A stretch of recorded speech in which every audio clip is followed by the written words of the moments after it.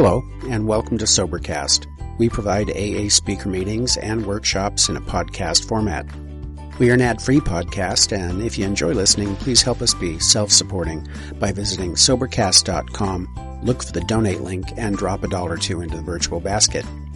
Also, if you're a member of NA or have friends that are, please tell them about our other podcast, NAPOD. NAPOD features NA speakers and workshops in the same format as Sobercast.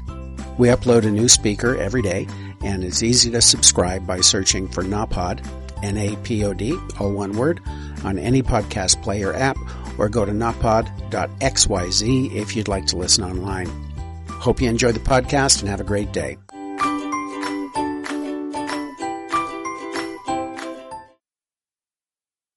My name is Clancy, an alcoholic. I'm very glad to be here. I want to, in kind of an honor of my dear friend and baby Tom, let me just take a moment.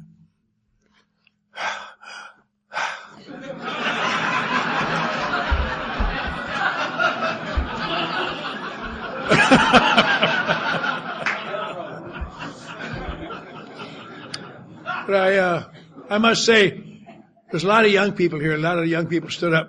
And there's always some old people in me, some young people, like John and I and Tom. We get up every morning and read the obits and see if we made it. I had a special thrill the other day. I was reading the magazine because I was in World War II as a young man, and they tell me that now something over 1,500 World War II veterans die every day. So, treat me with love. But that's the incongruity of AA, because it's a strange place, There's some old guy will get up there and say, I stayed drunk around the clock for 40 years. As if to say to the little snots in the front row, I've been around longer than you've been alive. And they don't know the little snots are thinking, you can't be much of an alcoholic if you lasted 40 years, you old son of a bitch. And it turns out it isn't how long you drank, it has nothing to do with it. It's something that makes an alcoholic, is something none of us seem to know very easily. It takes a hard time to find out. If you don't find it out, AA doesn't make sense. I came to my first AA meeting a great many years ago, and I was just out of the University of Wisconsin. I was back from being in the war. In the war, I'd learned to drink a little bit, and I loved drinking. I did very great in college and drank a lot. And went out in the world, became a sports writer and drank a lot. But I had one little problem, is that I seemed to drink a little too much sometimes, more than I planned to. And I would act bizarrely. That was the term they used for me. And so somebody says, I suggest I go to Alcoholics Anonymous. So I went to my first AA meeting. I'm sure I felt something like some of the newcomers here, except I was in a town where there's only 8 people sitting around a table, 8 fat old guys. One guy says, what the hell are you doing here? I thought, God, that's a wonderful introduction. I now know why he said it, because I was 22, I looked much younger, and there wasn't anybody in that state under 40 years old in AA. And so it was like some kid 12 years old coming in and saying, I think I'm an alcoholic. Oh, do you? I think you have a broken nose. But they let me sit around and listen to them, and it doesn't take long if you're new to know about AA. Easy. Alcoholics are people whose problem is alcohol, obviously, and they drink too much, they get in trouble, and they come to AA and admit their problem is alcohol, which gives them a sense of relief, apparently. Then apparently they return to God. Then they show their gratitude by helping others. And it's just kind of a dreary, gray tunnel, it looks like. And everybody has to confront that. But it doesn't take long to learn about AA. You don't know what the hell there's to study around here. And so I learned that at my first AA meeting. And I learned it thereafter. I moved to a different city where I was an executive of the company, and I started drinking too much, and they told me that you're going to stop drinking, we'll have to let you go. And I had a great idea. I said, oh, Mr. Carlson, I got drinking in the war overseas. And I said, but they've got this new thing downtown called Alcoholics Anonymous. Would you put me on a paid leave of absence, and I'll go down there and get sobered up and quit drinking and be okay? He said, yeah, that'll be very fine. because nobody knew much about AA. It was very mysterious then. So I went down and sat in some meetings in that city, and different faces, but the same old pukes, you know. I drank lots, and I could see that I was never going to stay sober with these jerks, because my problem wasn't drinking. My problem was drinking provided what comfort I had. My job was trying to find a way not to drink too much. And so I looked for another job and found it. I didn't go back to that company. And I did that for years. I would work in a company, and I could write very well. I had very good things happen to me. And I would get in trouble, and they'd give me, you have to stop your drinking. I'd go to AA for a while and find another job. And one of the nice things about it in those days is you could go home and tell your wife, well, dear, I've gone back to AA. Wonderful. Wonderful. I think it'll do wonders for you, darling. What do they want you to do? Well, they want me to taper off. And there wasn't any Al-Anon then to screw it up for everybody. Since the birth of Al-Anon, there's never been a moment's rest for anybody, anywhere. Now they don't want you to taper off, just wants to stop entirely. We know it's a program of absolute being sober. We have the same steps, we have the same book. I release you, you son of a bitch.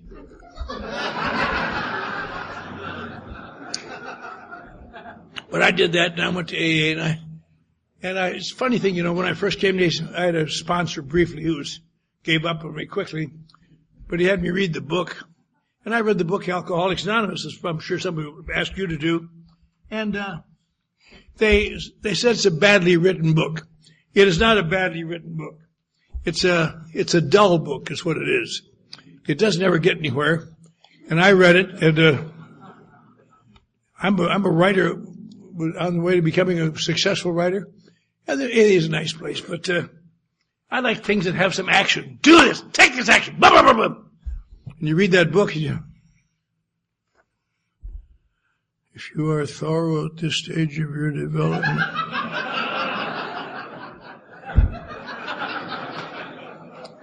I just gave up on the damn book. But I went to AA, and my problem with Alcoholics Anonymous always was this. These other people had terrible drinking problems, and they got sober, they felt better. I had a need for alcohol because I was imbalanced somehow inside of me. I needed something to put me in balance and make me feel good. And my problem always was that I couldn't watch it. I thought about that later many years later when I came to AA again and stayed around for a while. And I read the book again, and I read something in there I didn't even recall reading. It really is the story of my life. And if you're new here tonight, it's the story of your life, although you may not even recognize it. At the beginning of chapter 3, there's a page or two that talks a little bit about we alcoholics. And they talk about what we have in common. And you could read right through that and never identify a thing till you stop and think what it's saying. There's one thing in there that seems to embrace alcoholics of our type. And that is somewhere along the line, we all have had to voluntarily or involuntarily accept the obsession that somehow, someday I will control and enjoy my drinking. It says the persistence of this illusion is astonishing. Many pursue it into the gates of insanity and death. See, why would that be? But we all do it. And they go on to talk about how we fight the term alcoholic. I suppose the reason I fight the term alcoholic is because not only it's degrading, but that means I can't drink. And I got to find a way to drink a little something to get me over the hump. And they talk about another thing that happens, dreadful, occasional brief recoveries, always followed by a worse relapse. And we've all had those little recoveries. I got it together now. I got to remember to eat before I go out. That's it. Which just gives you more to puke later, it turns out. And you keep fighting it, and there's one delicate little phrase in there that is just peachy. I wish I'd have written it. Reach a stage of pitiful and incomprehensible demoralization. I remember reading that thing. That's how drunk these poor people get. But that isn't what that means at all. That's how you feel after you're sober again. And people want some explanations for your behavior. and you haven't got him. The correct answer is, leave me alone, goddammit. Because I don't know any more about it than you do. All I know is that you don't understand. You think my problem is alcohol, but it isn't. Alcoholics can stop drinking. Can't stop drinking. They all say, well, once I start drinking, I can stop drinking for special occasions, all sorts of things. In the mid-1950s, I was going through a bad pattern there I'd get a certain stage of drinking and I'd have to go out and counsel police officers. Bad move. I started going to jail quite often. Not for a long time, not like felons like Johnny Harris, but decent citizens who were misunderstood.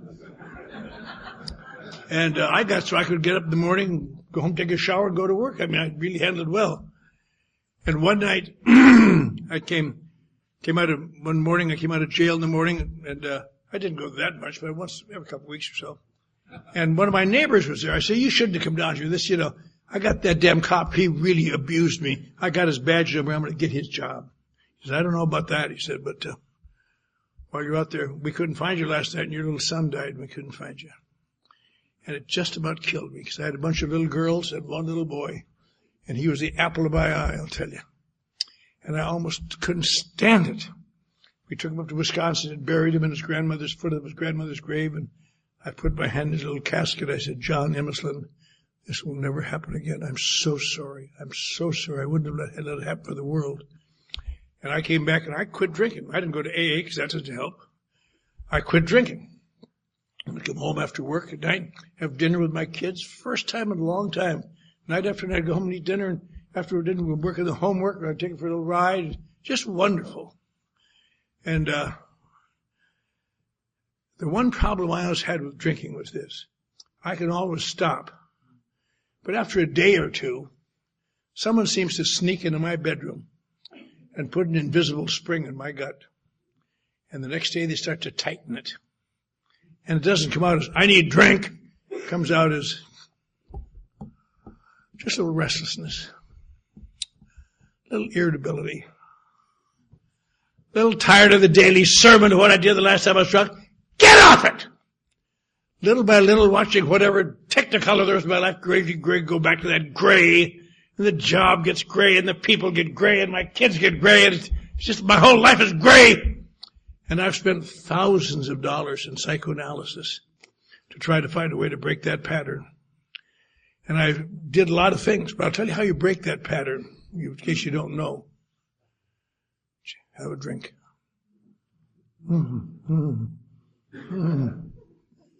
Oh, Jesus. But then you must remember to say, I'll watch it this time. Not knowing that you can't watch it. But this time it didn't happen. My kids and I were getting along good. Every meal would say a little prayer for baby John, like he was with us. And everything was just going fine. Best 2 or 3 weeks I'd had for a long time. And then one night somebody snuck into my bedroom and put an invisible spring in my gut. And the next morning I got up and just a little irritable, just a little tired about going to work. I didn't feel like going to work today. I didn't feel like taking their crap for those people, putting up with their nonsense. But I did, and the next day it was a little bit worse, a little more intense. I couldn't sleep very well last night. I thought, why in the hell? Now, I'm a Norwegian Lutheran. I was born, raised, conceived, catechized, and confirmed in the church. And I was a good boy, and I got older. I'd start sinning, but I'd been fairly good. And it suddenly struck me why my son was died, why he'd killed. This Norwegian Lutheran God, this punishing son of a bitch, had taken my little boy who never committed a sin in his life and killed him to punish me. Well, screw you, God! You'll get me in hell, but you won't get me before that. Screw you! And that was the end of that. But unfortunately, the days kept going. And every day was getting awfully bad. And I really needed some relief badly. But when you've taken a vow on your son's casket, you can't do that. And it just went on and on and on. And one day I got up and my wife had taken the children to church. And I just couldn't stand another day of this. I pulled my car in the garage and hooked up a hose in the exhaust pipe and turned the motor and went to sleep and died. Just crazed.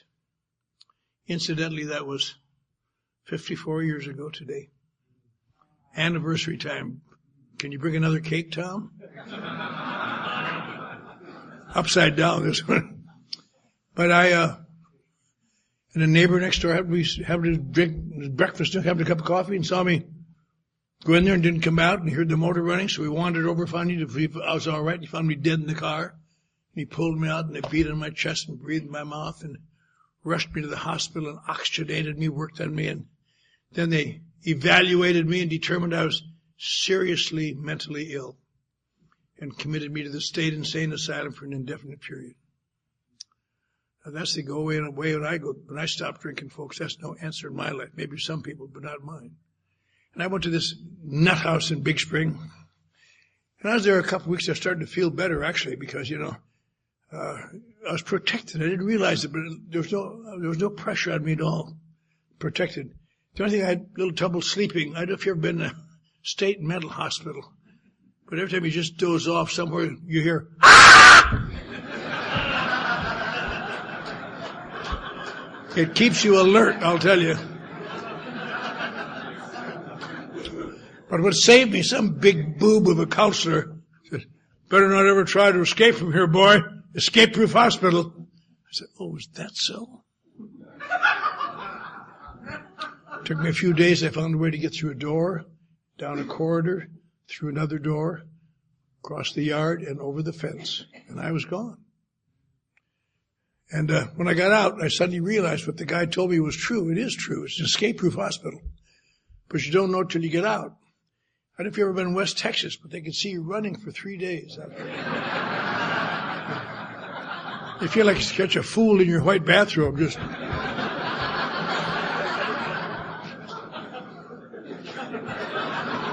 Well, there goes that little Yankee sumbitch now.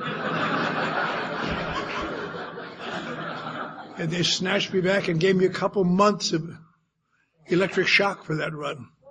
And after that, you never run much at all. What's your name, boy? I don't know. Check with the desk. Then at the early December, I started to come out of that. And they noticed on my record that I had done the staging and direction of a grand opera at the University of Texas that spring as one of my sidelights. So they asked me if I'd like to direct the Christmas pageant. So I directed the Big Spring Christmas pageant that year. Not very complex. The big job was trying to keep the three wise men off the Virgin Mary, if you possibly could. We just want to worship her, Clancy. And the next year they put in an experimental Alcoholics Anonymous ward in that hospital. I pretended to be an alcoholic because I knew what they wanted, and I got out. In fact, I got to be their prize pupil. They would send me out to Odessa and Midland and towns like that to talk at their AA meetings. The attendant would come with me. Friends, I'm here tonight on behalf of my fellow patients at Big Spring State Hospital. Folks such as you have made it possible. It's as though we were going across a vast desert of alcoholism. We came to the tall green hills of sobriety, but they were too steep for our weary legs. We didn't know what to do, but folks such as you pointed out 12 golden stairs, one after another that we can climb. And now as we approach the top of our hill of sobriety, prepare ourselves to return to our homes throughout West Texas, we wanted to tell you that God bless you in your wonderful work. You don't know what you've done. Thank you. Laugh got me out of the Texas nut house. And I never had another drink till I ran out of Thorazine.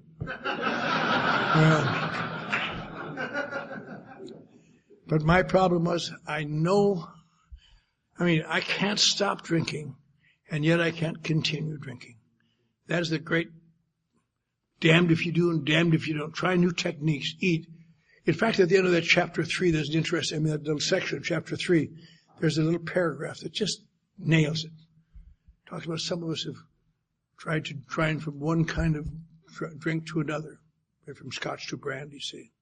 Drinking beer only. Taking physical exercise. drinking only natural wines, reading spiritual literature, taking trips, not taking trips, swearing off with or without asylum, a whole bunch of things. After I was sober, while I read that again, I thought, God, I've tried every one of those things except one. I never tried not taking a trip. When the heat's on, I move it out. Only cowards stay and face the consequences. But it was just on and on. And I came out of that hospital and I convinced people I'd learned my lesson. One of the things, I had to go to an AA meeting once a week, which I did. And I kept taking my medication, so I didn't notice the absence of alcohol very much. You know. I'm not drinking at all. I remember the night of my anniversary of September 22nd, 1967. I was standing in Juarez, waiting for midnight. Huh? That was a year later, goof. 57. That's what I said. What? Okay.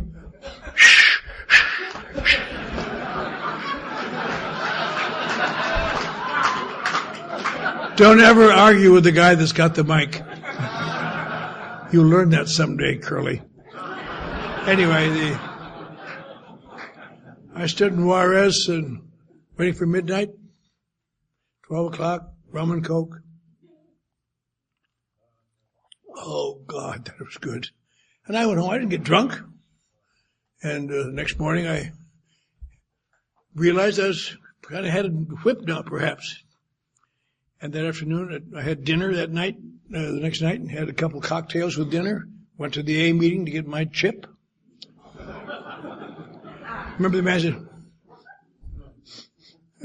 Clancy, you've been drinking? I said, yes, I had a couple cocktails with dinner. Why? He said, well, this is supposed to be for being sober for a year. I said, I was sober a year. Give me the goddamn chip. And punished them and never went back because I didn't need them anymore. And then I was looking pretty good. I got a job in Dallas at the biggest, largest advertising agency in the South. Boy, this is my big chance now. I've learned my lesson. I was working on, if you're old, you remember them, the Elsie and Elmer ads for the Borden Company. And some of the others, and I was under a lot of pressure. I realized I could drink safely now. I would stop and drink, and pretty soon I was drinking more and more, and pretty soon I was drunk, and pretty soon they were calling me in again. And just, I couldn't believe it. I was tried everything. Just so much pressure. And they finally called me one morning and said, Clancy, give me the car keys. We're firing you. You cost us a big account by not showing up where you were supposed to be last night, and you were not to be found anywhere. Turned out later you were drunk somewhere. You've cost us that account. And he said, I'm going to tell you something. I called your wife this morning, and I told her that you were being fired, and if she was smart, she'd get away from you and take the children. He said, I'm going to make it my business to see that you never work in advertising again. It's kind of bad to go with your morning hangover. So I got my severance check, and I drank for a couple of days because I realized I'd have to go on the wagon probably. But by that time, I got home. My wife had taken the children, sold the furniture, left my clothes on the front porch. I thought, isn't that just like them? One little mistake and they turn on you. But I knew I had to get out of Texas because I was signed out of the state hospital by my wife. That's the way they did it then. Your family could sign you in, and they could sign you out. I was signed out to my wife. And all she ever had to do was pick up the phone and say, I don't want him anymore, come and get him. And they come and get you. That makes for tough around the house. Are you going to take this garbage out? Yes, I am. So I knew how to get out of town. I had no car. A guy told me a couple weeks before that he was trying to get a car moved to Los Angeles. Did I know anybody that would drive a car for him? I said, no, I don't think so. But that morning I did. Yes, I do. I said, I'll drive it out. He said, well, how about your big job? I said, I quit them. I don't like them. They're all phonies. And I got in the car, and the first night I got as far as El Paso, where I was big in Juarez. Stood in the bar of the Chinese palace drinking interminable amounts of rum and singing my little song, Yo soy el maestro de los locos en Chihuahua. And all my fans going, Gringo, Gringo. I got up the next morning, got hungover. I drove, got as far as Phoenix, and got drunk. I thought, I got to wash this car now. I don't know anybody here, and I hid it. And I never did find it. I haven't found it yet. All my money, all my clothes, everything in that car. And I was just desperate. I was looking for it all. Where's my car? Some guy says, why don't you just knock it off today? I got to find it. Help me. I'm not going to help you. Come on, for Christ's sake. Turned out to be a plainclothes cop. Threw me in jail. Said he's going to cool me off. In that 130-degree jail, you really cool off in there. And I woke up in the middle of the night so sick. Oh, God, I'm sick. Oh, I had to throw up. I went to the toilet. Turned out it was somebody's bed, actually, is what it was. There was no one in it. How would I know? So then I did what I'm sure many of us have done. Lay down and put your cheek on the cool tile. And, oh, God, that feels good. And go to sleep. This guy came back from wherever he was, found his bed full of vomit, and this drunken fool lay there. You damn fool! You kicked me! I don't suppose he meant to do it, but he kicked my front teeth out. And that was one of the few mornings in my life that I was really glad I'd spent all those thousands of dollars in psychoanalysis. I was almost instantly able to identify his problem. I remember thinking, this son of a bitch is overreacting. But I didn't want to say anything to make trouble. And that morning, they released me out of the Phoenix jail. Just overnight again. Sick, covered with vomit and blood. But I learned one thing. All these years I've been going to AA, I learned one thing. Whenever you get to a point where you look so bad and smell so bad and nobody wants to see you, there's one place you're always welcome. Go to an AA club. The worse you look, the better they like it. This one's mine, Jim. So I found where the AA club was on North 3rd Street. It's called the Arid Club. Certainly was. And I walked over there so sick, and I sat by the door. I figured somebody offered me some money or offered to help me or something. Stepped around me. And I saw some old lady trying to get up her courage to be kind to me. And I thought, such a poor old lady. I'll give her a pass. So she came over and said, young man, yes, ma'am. Are you sick? I said, yes, I certainly am, ma'am. She said, it was so wonderful to see you younger folks getting here before you've had to go all the way. Well, you old bitch. I didn't say that, but it cost her $20. And I ran downtown, caught a bus to Los Angeles, and hit Los Angeles, sick, desperate, maybe $1 in my pocket. I knew one guy here, a guy named Ted Quillen. He was the chief star at KFWB at that time. They were #1 station. And I called and said, Ted, I'd given him his start years before. I said, Ted, I've had a terrible car accident. Could you possibly help me? He said, yeah, of course I can. Can you drive out here? I have no car. I've smashed my car. So showed me how to take the bus from downtown out to Hollywood Boulevard. He says, come in and see me. You poor guy. And I went in, finally got there, went to KFWB, and just terrible, grubby, smelly. I remember he saw me and said, oh my God, Clancy. Oh my God, I'm so sorry. And he peeled off a pretty good wad of money for me. I said, Jesus, thanks, Ted. I'll get back. I'll get a check pretty soon. I'll pay it back. And I got a little room, and I drank for a while and had some fun. Went out to the beach, did this and that for a while. I don't know how long. Then one day I ran out of money. I called him up. I said, Ted, I'm really sick. Could you let me have a few? My check didn't come. He said, I called Dallas, Clancy, and you haven't had a car accident. You're a bum. Everybody knows you're a bum now. They'll say, stay away from you. I said, Jesus said, for old time's sake, please, for Christ's sake. Okay, so you come to the back of the station tonight. Not the front, the back. Come in the alley. At 9 o'clock, I'll come on the fire escape. If you're there, I'll see what I can do. So I was out there at 8:30. The rain came on. He said, you make me sick. Stay away from here. He threw a $5 bill at floated down to a mud puddle, and I crawled out, got it. I thought, boy, I really outsmarted him. And the next night, I went to sleep in an all-night theater on Skid Row. I don't know if any of you have ever been in all-night theaters on Skid Row, but they don't run all night for one thing. They run until 5 o'clock in the morning. And they only cost about 2 bits because they're designed for people, bums, to go in and sleep all night. At 5 in the morning, they roust you out and mop it down and just open it up again. Remember that morning? Okay, all you bums out! I felt, where are we? Outside in the rain. I thought, my God, what am I going to do? I'm going to die. What am I going to do? Some guy said, you want to sell a pint of blood for $4? I said, Christ, yes. So he took us up, took him about 8 blocks and to a blood bank. There was a group of men out in front. Turned out, I found out later, they were there every morning, different guys, but they're all so sick. I'm going, God, just a crowd of people going like this. And from the distance, it looked like they're dancing. They used to call it the dance hall. You know, all these poor old guys. We stood in line, and they let me in. They finally guys said, took a drop of blood in my iron, so you don't have enough iron in your blood to sell a pint of blood, kid. I said, Jesus, you got to help me. I'm sick. It's down here about 4 blocks or something called the Midnight Mission. Go down there, maybe you can get some breakfast. All right. Away I went to the Midnight Mission. Oh, God, I'm glad to be out of the rain. I'd like some breakfast, please. Guys, you just missed it. We just got done serving. I said, well, find me one more month. I'm so sick. I don't know if I can go on much further. He said, I told you we were done serving. Come by at lunch. We'll give you some to eat.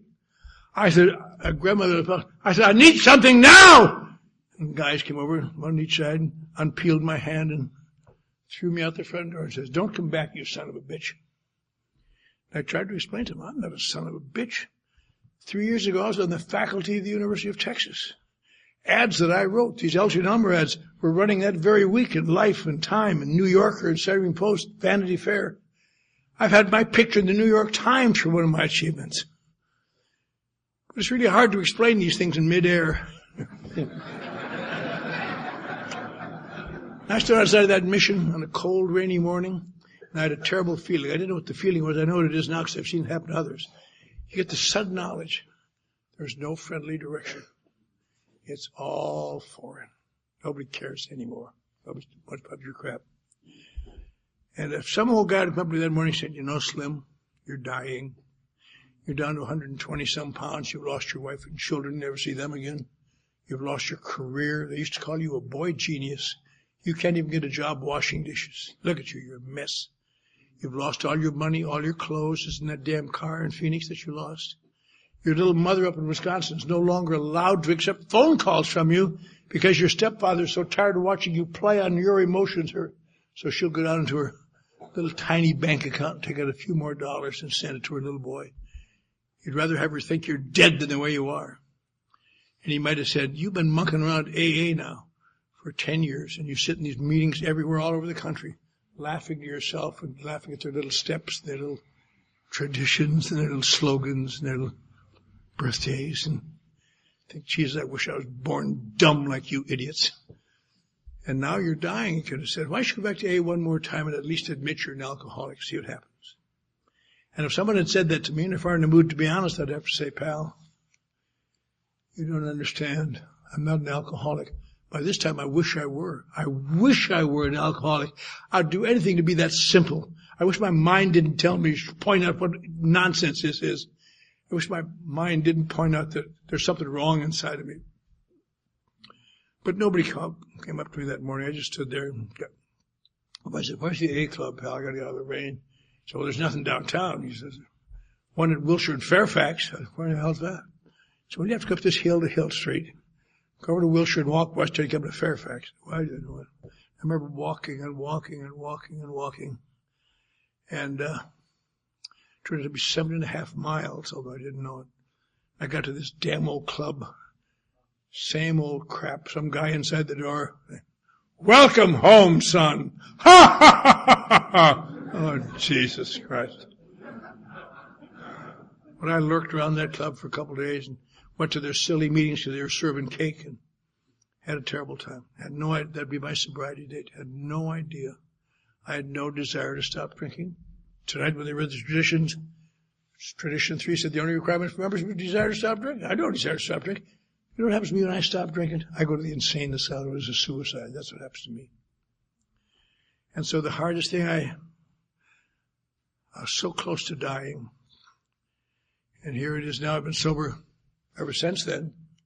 In fact, next week will be my 52nd anniversary of coming to Los Angeles. So September was a big month for me. And the only therapy I've had is Alcoholics Anonymous. It's 1958. That's a long time ago. And you wonder, how could that be? I'll tell you, let me put it basically what it is, quickly, then I'll tell you why. Because a man got a hold of me who eventually got me to listen to him, because I had some respect for him. But over a period of time, I learned that everything I knew about AA was false. Alcoholics are not people who's got an alcohol problem. You don't come to AA and feel better by admitting you're an alcoholic. You never return to God if you don't want to. You don't show your gratitude by helping others. Every one of those tenets, they sound right, and they're almost right, but they're false. And I had come to learn to disbelieve them. First of all, what do you mean an alcoholic is not a person whose problem is alcohol? My sponsor was very brutal with me about that. We saw a guy at a meeting who said that he didn't work the steps because he stopped drinking. That was enough for him. He went over to him and offered to keep him out of AA. You shouldn't be in AA. People like you. On the way home, I said, why'd you give that guy hell, Bob? Because he said his problem was alcohol. I said, Bob, I don't want to break it into you, but that's what AA is for. People with alcohol problems. People with alcohol problems shouldn't be in AA. I said, where should they be, Bob? He said, they should be wherever they want to be. I'll tell you what they do. They stop drinking, they clean up their act, and when they're offered a drink, say no thank you. That's silly, Bob. I've tried that 100 times over the last 10 years. He said, maybe that's because your problem isn't alcohol. I said, what do you think my problem is, Bob? He said, it's something that sounds like alcohol, and it fools a lot of people, young and old. Something called alcoholism. I said, oh, Jesus, Bob. Don't play word games with me. I look terrible, and I'm smarter than you'd believe. Alcoholism, hooray, I'm cured. Shut up, he explained. And he gave me about a 3-hour harangue, most of which I was able to blot out before I went insane. But somewhere in the middle of it, I heard something that, in looking back, subconsciously began to change my life, although I never knew it then and didn't know it for a while. He said, alcoholic people stop drinking, and they quit, and they take care of themselves. In this strange thing called alcoholism, which unfortunately for you and me looks almost exactly the same to the naked eye, and our mind sometimes tells us it's the same, but it isn't. This mind-consuming, perception-distorting, bodily-eroding thing called alcoholism. You'll discover that stopping drinking and cleaning up your act has no significant long-term effect on your life other than to make it gradually so uncomfortable you can't stand it. I said, Jesus, Bob, I never heard anybody say that before. They said, didn't drink, and they said, stopping drinking was the answer. Nah. Stopping drinking is not at all. Stopping drinking is the doorway.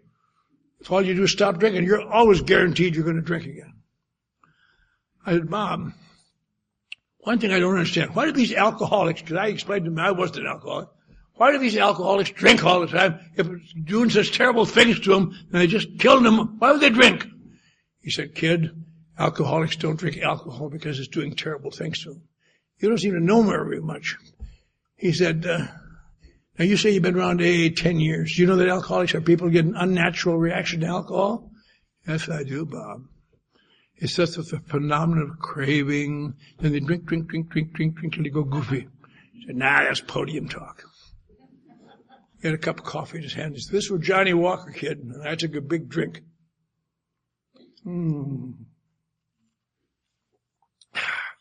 The effect would be to almost instantly alter my perception of reality. The world is a softer, a little nicer place.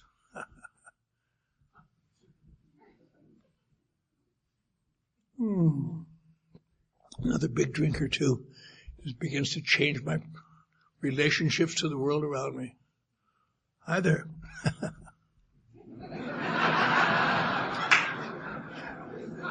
I have a couple more drinks, and inside of me, I get taller and stronger, and they get smaller and less afraid, less threatening to me. and I'm tough, and I'm slick. I'm great. And unfortunately, I don't stop there. But that's what alcohol does. He said, alcohol has got to do something special for you that it doesn't do for other people. I said, it doesn't do that for other people? He said, nah. Less than 10% of people who drink alcohol will ever get that effect. But if you get that effect, you're lucky, and it's going to kill you. I said, my God. I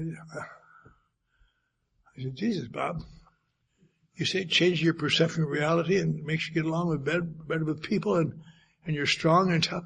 What's wrong with that? He said, because it is not really happening, you asshole.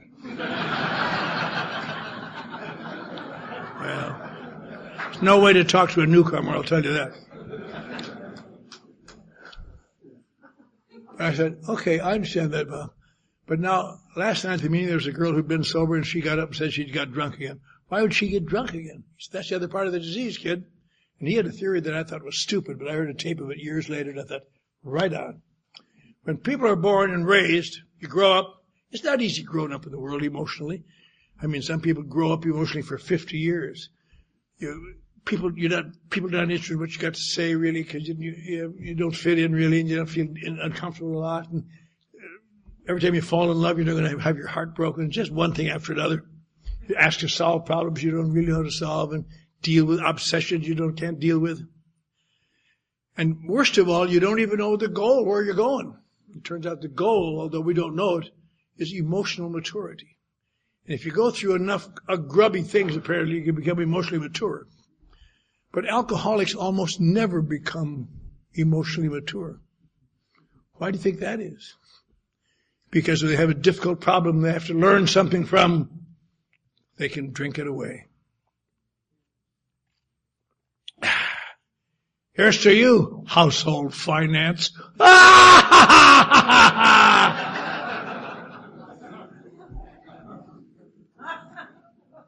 Here's to you, bitch, I never liked you anyway.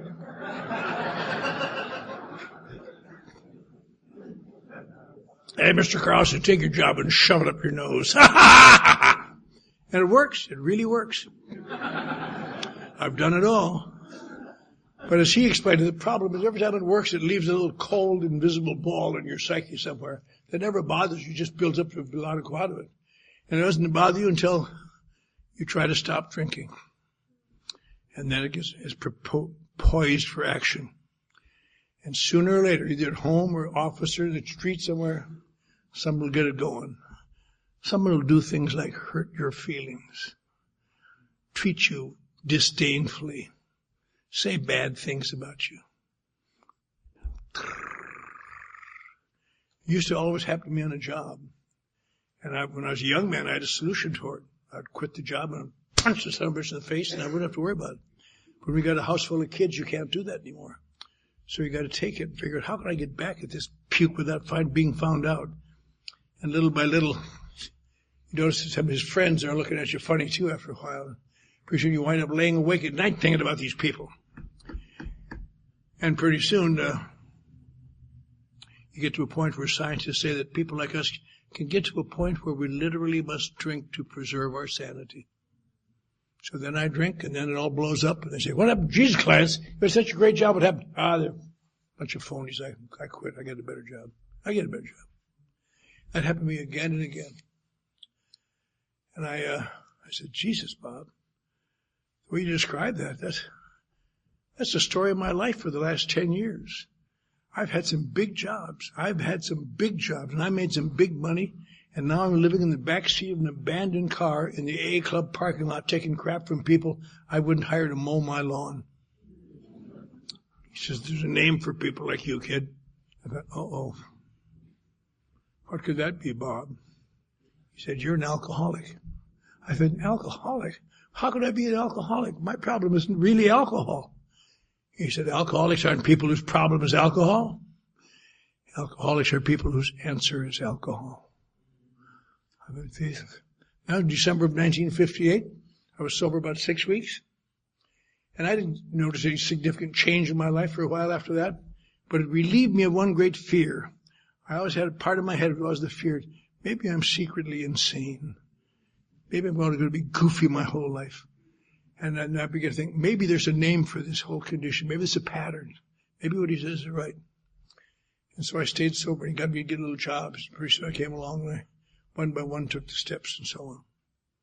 And I eventually stayed sober. But I discovered one thing. If my problem is alcohol, I don't need AA. What I need AA for, if I got alcoholism, then there's no place else you're going to get it. But are you supposed to get a sense of relief when you come to AA and say you're an alcoholic? Maybe for 20 minutes or so. But reality creeps right back in there. That's not the point of AA, to admit you're an alcoholic. Well, certainly then you return to God. And my sponsor said, kids, by the time we got on the steps, I said, Bob, I know you mean well, but I cannot return to God. I just can't. I have reasons of my own that are deeper than I can tell you. He says, nothing in AA says you got to return to God. Oh, to a power greater than myself, Bob. Does that fool the other children? Does it fool me? I know what the hell they're talking about.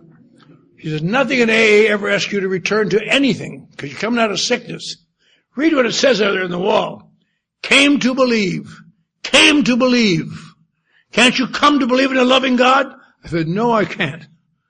He said, can't you believe in AA? I said, I like it better than I used to, but not much.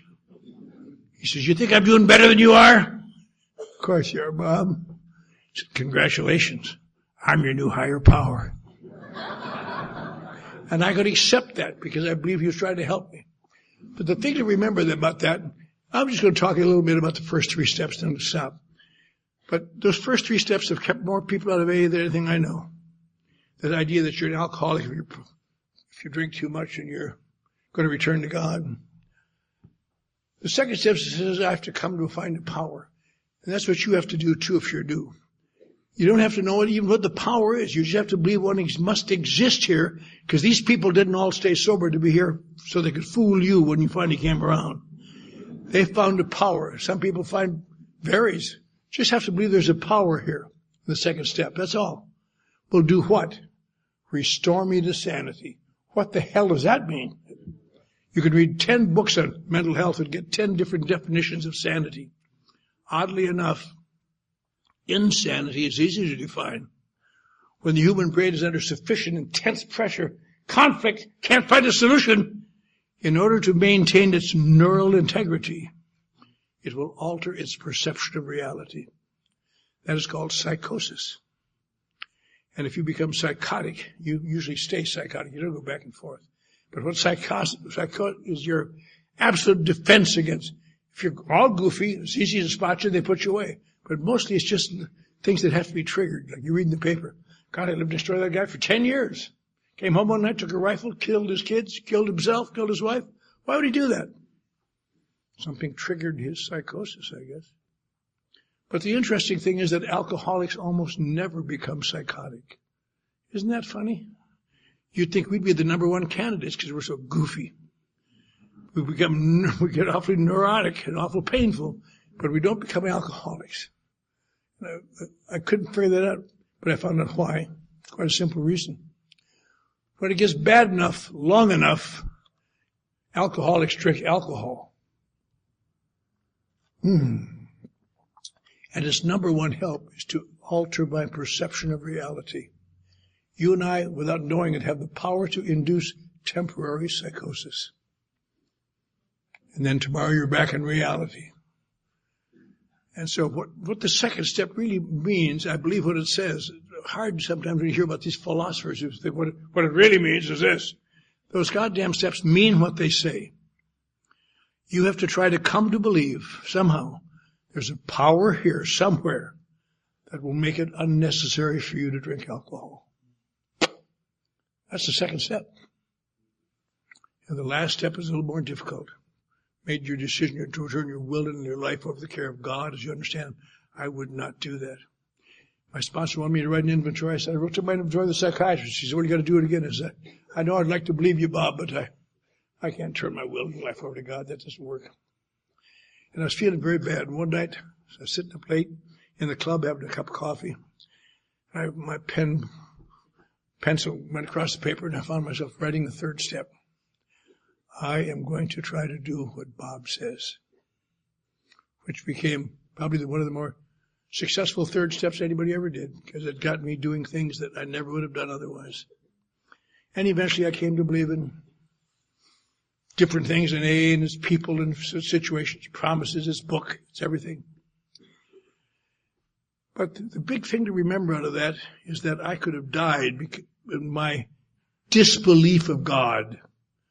You don't have to return to God if you got a bad thing there. You just have to find a power greater than yourself. And the last thing I had to find out was that now I'm sober for a while and I'll show my gratitude by helping others. False. One of the great lessons you learn in AA is you get gratitude by helping others.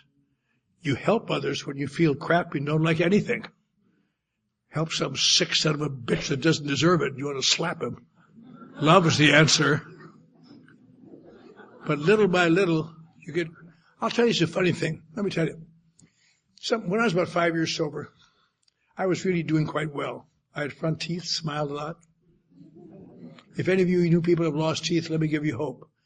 Once you become spiritually perfect, they grow back. Anyway, I was working in Hollywood and radio and television, and I was slick, and I thought I should be a secretary of a meeting. Jesus, I now have authority on AA. So the biggest meeting in town was Brentwood. I got somebody to nominate me, but it died for lack of a second. I could see there was no groundswell to have me be secretary. A couple weeks later, someone said, over at Ohio Street, there's a little building that they have AA meetings. The Tuesday night meeting has just died. You know anybody wants to start one? I said, yes, I do.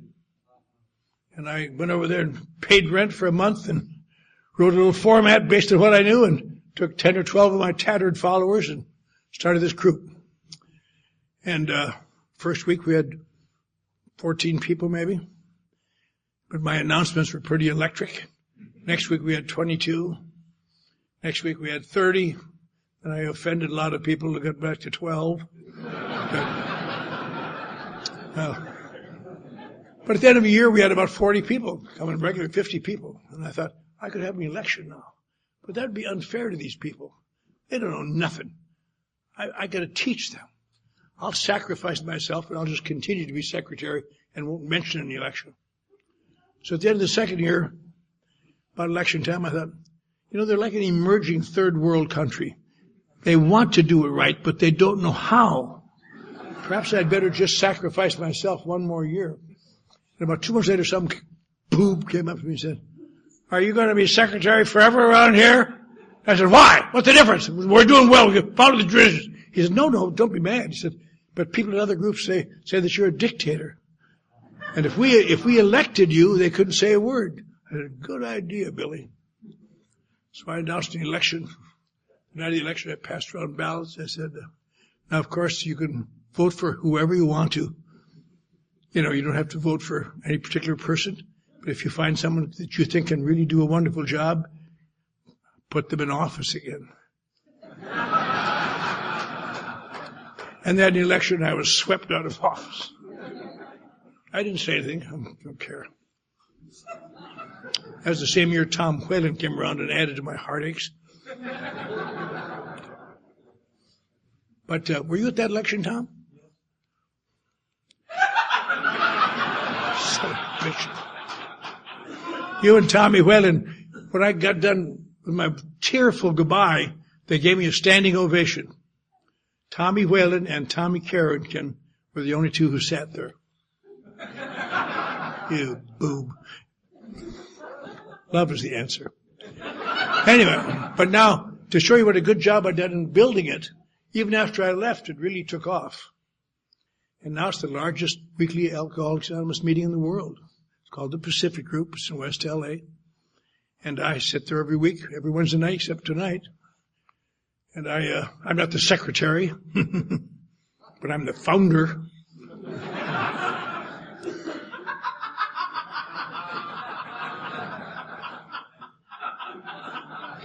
Nobody pays any attention, but it makes me feel good.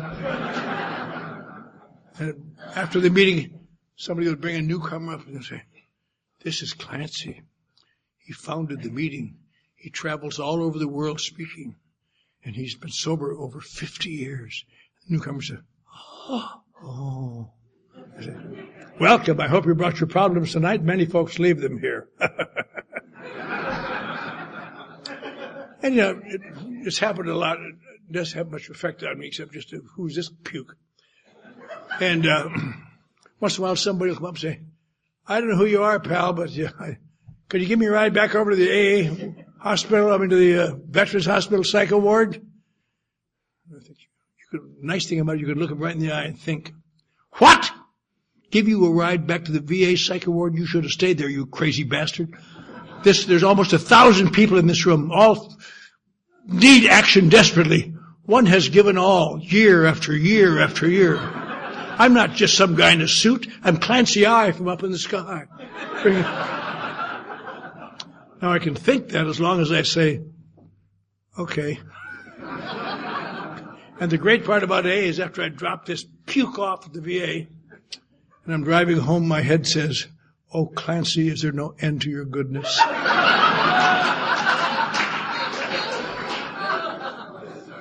Every time I help somebody, I feel better. That's why I help people. I don't help them to help them. I help them because it helps me. That's why in our book it specifically says, when all else fails, try to help another alcoholic.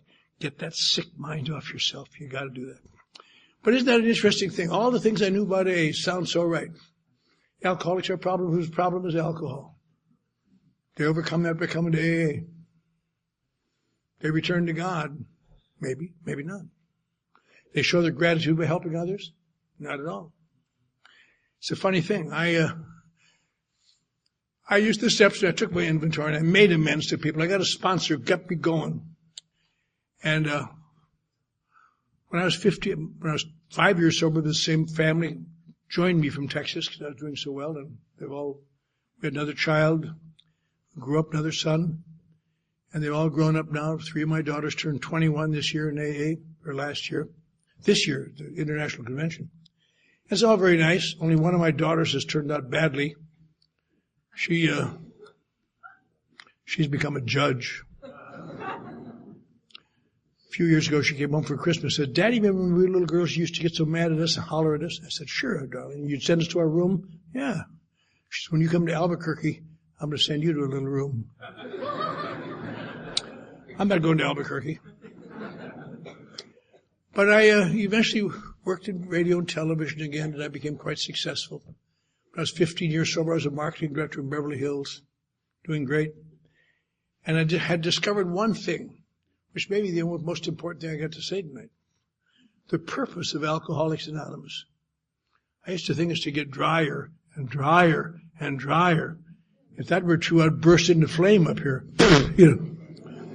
The purpose of AA, and I believe this implicitly, is to very slowly do what alcohol did fast. To change my perception of reality and make it a friendly place. To change my relationship to people so I live with some degree of dignity. To grow enough in self-confidence so a glance or a chance remark doesn't destroy me. To live with some degree of hope and understanding. That's a great thing. And there's only one thing wrong with that. It sometimes catches you off guard. When I was 15 years sober, I went through a little spell of that, and I felt good. My kids were doing well. I was doing well. I'd just been at the University of Wisconsin, named their Alumnus of the Year, and went back and spoke at commencement. Just wonderful. And one day I found myself swept away by this hideous feeling. I left my job in Beverly Hills. And for the last 36 years, I've run the Midnight Mission on Skid Row, the place that threw me out in 1958. And people say, why would you give up your great career to run that mission? And there's no good answer to that.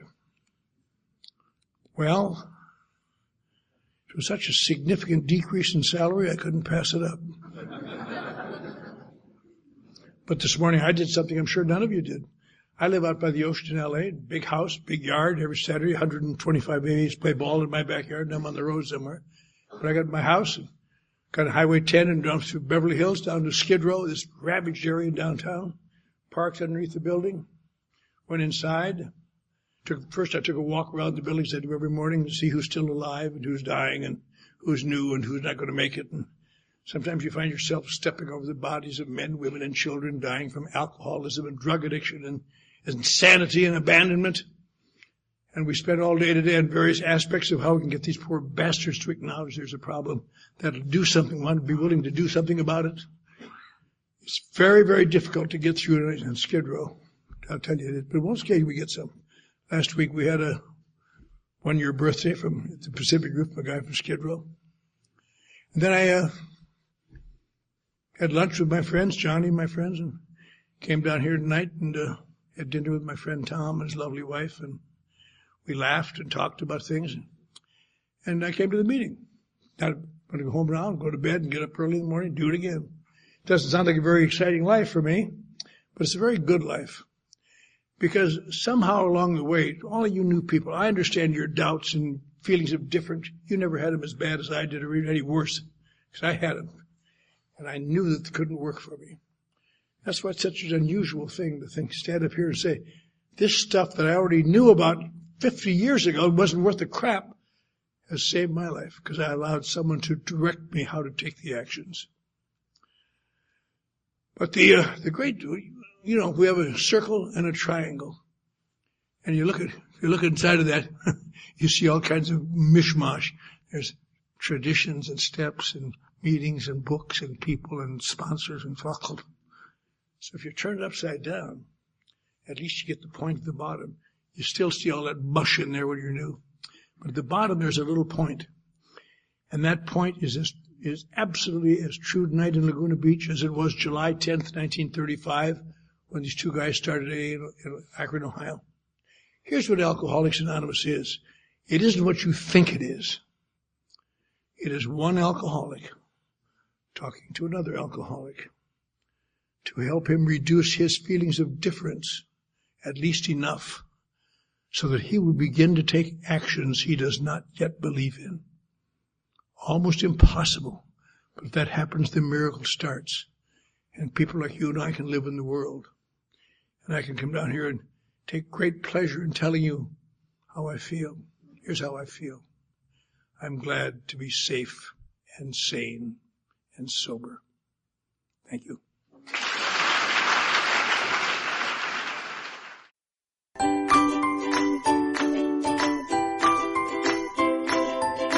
Thanks for listening. I hope you enjoyed the podcast. Sobercast is ad-free, and we'd like your help in order to keep it that way. So if you'd like to help us be self-supporting by pledging $1 or $2 a month, visit sobercast.com and look for the donate links. Thank you very much.